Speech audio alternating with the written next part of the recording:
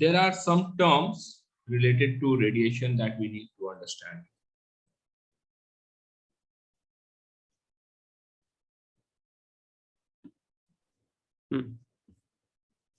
This will help us in moving forward. ठीक है? तो एक वर्ड होता है, the first word is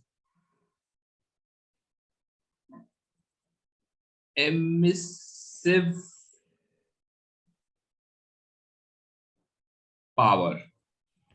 तो emissive power, it is defined as energy emitted per unit time per unit area of a body, या energy radiated. ठीक है, तो emissive power E is total energy radiated upon time upon area of the body. ठीक है, ये याद रखना है आपको कि sometimes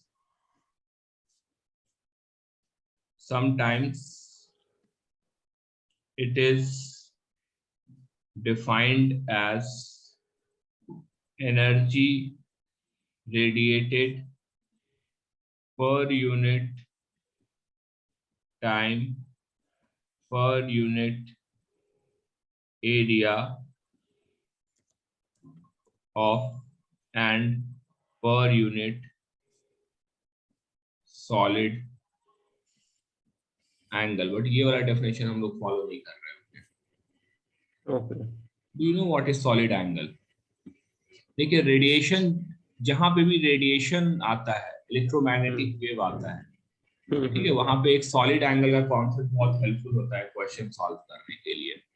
ठीक है, anything which spreads in all the direction, there's a concept of solid angle. ठीक है, see there are two things. एक होता है plane angle जो हम पढ़ते हैं, and there is solid angle. ठीक है, इसका यूनिट रेडियन होता है, इसका रेडियन स्टेरेडियन होता है.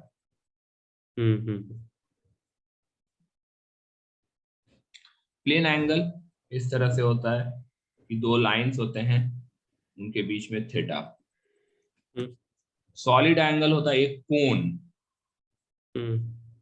और कोन का ये जो एंगल होगा, दिस इज सॉलिड एंगल, मतलब 3 dimensional angle like this, fine, that is solid angle. ठीक है, तो solid angle is 2 pi 1 minus cos phi होगा.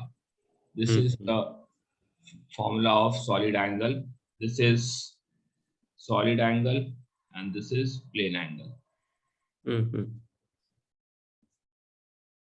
ठीक है, काफी इंपॉर्टेंट फॉर्मूला है, काफी जगह हम यूज करते हैं. मैं इस यहाँ पे इंट्रोड्यूस कर देता हूँ.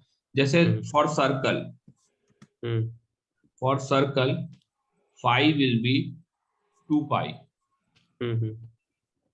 सर्कल के लिए phi जो होता है वो 2 pi. For sphere solid angle is 4 pi. ठीक है, तो ये क्या है, ये वाला एंगल, दिस एंगल, मैं यहाँ ये गड़बड़ कर दिया मैंने. ये वाला एंगल जो आपने हाफ एंगल कहा था ना, वो है. ठीक है, दिस इज अंडरस्टूड. ठीक है, तो या इसी डायग्राम में मैं कर देता हूं कि यदि ये वाला एंगल फाई है तो ओमेगा और फाई में ये रिलेशनशिप होगा. ओके, ठीक है. So this question helps us, मतलब this concept helps us Gurashish in solving like question wherever there is energy dissipation in all direction or anything which dissipates in all direction. Okay. Is it fine? चलिए, So please remember, we will be using it extensively in class 12. 11th में तो ज़्यादा use नहीं है, class 12 में बहुत use है. चलिए, तो हमने एक कॉन्सेप्ट पढ़ लिया, ठीक है.